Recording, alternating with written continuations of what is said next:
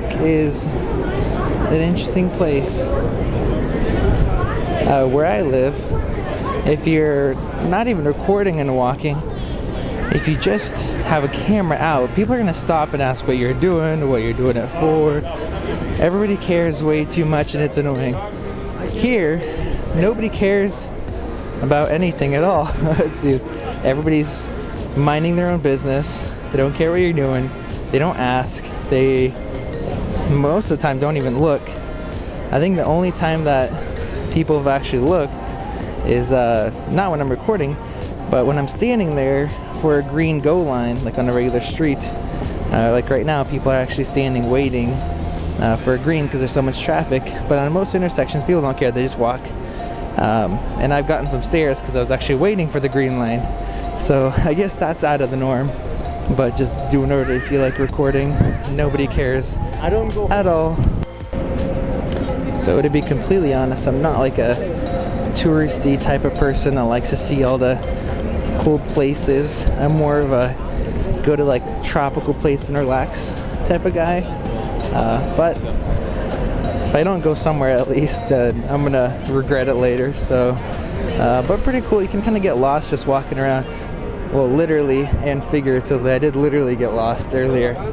So we'll see. I'm gonna find a bite to somewhere to eat and then keep walking.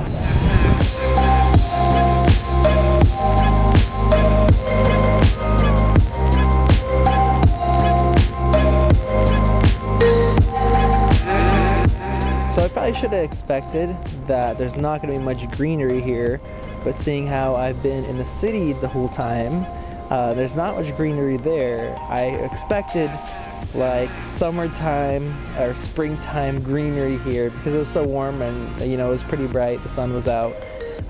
And also I'm from Washington State, which is the evergreen state, so we have a lot of pine trees and stuff that are typically more green, not like regular trees where the leaves fall out. So I found a part of the park with a little bit of greenery right behind me. So I wanted to just let you guys know how I started and how I got into this.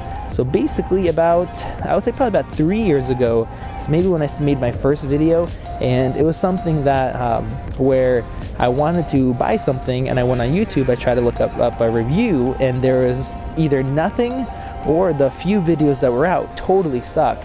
And then so I ended up, taking a risk buying the product. And then afterwards, I'm like, well, I was in that position. How about I make a video myself and I tell other people about it, since I like the product. So I did that for maybe a year, very rarely whenever that came up. And after that, I saw that, the views were growing, people were subscribing. So that kind of encouraged me to start actually putting in some effort into making these videos. So it was more like a fun thing. I didn't get into it to try to make it part of my income or anything like that. I just wanted to help people out. Basically, my advice for you guys, like I said, I've been doing this consistently, putting in effort for just over 2 years now. So if you want to be considered, let's say, a YouTuber in the way that I am or other people are that are a lot more successful, basically it just takes a few things. One, you have to have passion. If you don't have passion for what you're doing, if you're not enjoying it, you're not gonna make it, basically. Number two, you have to have patience. Like I said, I've been doing this for just over 2 years now consistently. There's been times where I only put out one video a month. There's been times where I put out a few videos a week. I think in the last 2 years I probably averaged about a video a week, and those videos take time, effort, everything else that I already mentioned. So if you don't have the patience, if you're not going to be consistent in it, that's another failing point. And number three, you got to put in, I guess, effort. I don't know if that blends in together, but if you actually want to make it work out, you're going to have to not only do what you love doing, you're going to have to do things that you don't like doing. So for all you guys that want to start a channel or you have started, it's definitely possible. There's so many YouTubers out there, but it's definitely possible if you're willing to do those three things and you actually care about what you're doing. So hopefully that was a little bit encouraging. I don't do very much like encouraging talk. Some people are so good at that.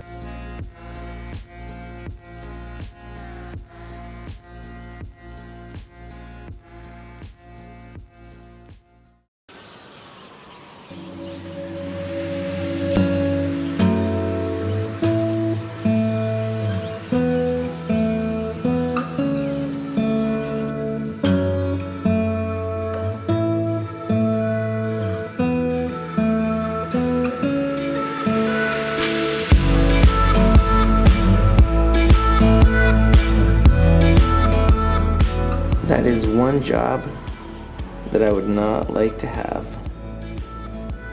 I don't know if you can see that guy, but I'm on the 15th floor right now, and even though I have a nice view with a big window, I actually don't like heights. That's one of the things that, not that I'm really afraid of it, but it really gives me an uneasy feeling. So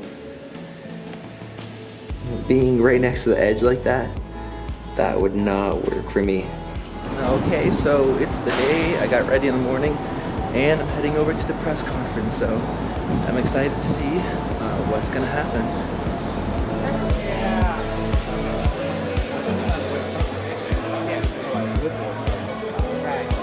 The A6300.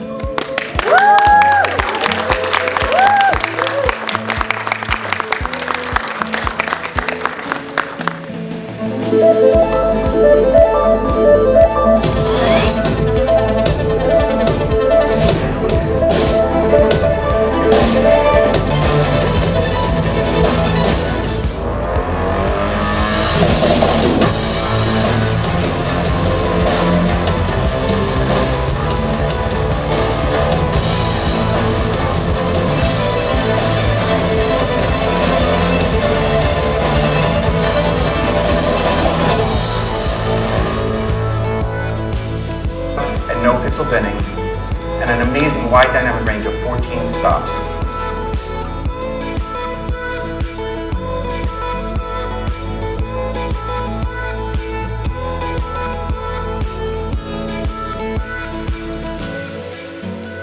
Alright guys, so the press conference went great.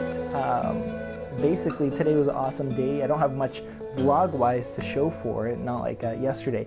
But I'm very happy with what went down. I'm sure most of you guys, obviously, by the time you watch this video, you're going to know about it.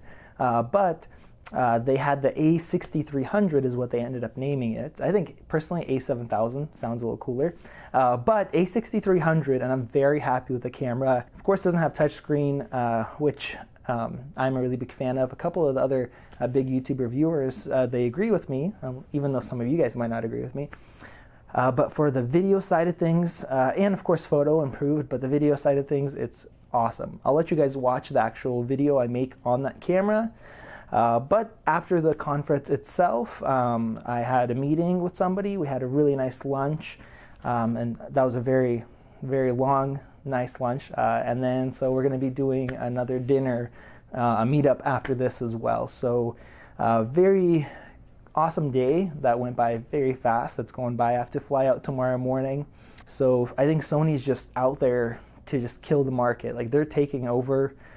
Camera sales are down, but Sony's sales and market share is just increasing because they're doing a lot of things right. They're putting out a lot. They're really just pushing the boundaries as far as I could tell.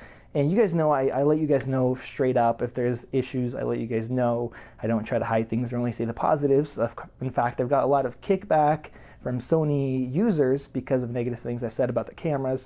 But in general, they're pushing full force. They're not stopping, and they're just maximizing what they could do. So I give them respect for that. So anyways, stay tuned for some videos on the 8514. The 24-70 to 8, where I'm going to have 4K clips and the JPEGs and RAWs to download. And of course for the A6300, a video about that camera and my thoughts on it. So I'm going to create those videos right now actually in the hotel, and then go to that dinner meetup.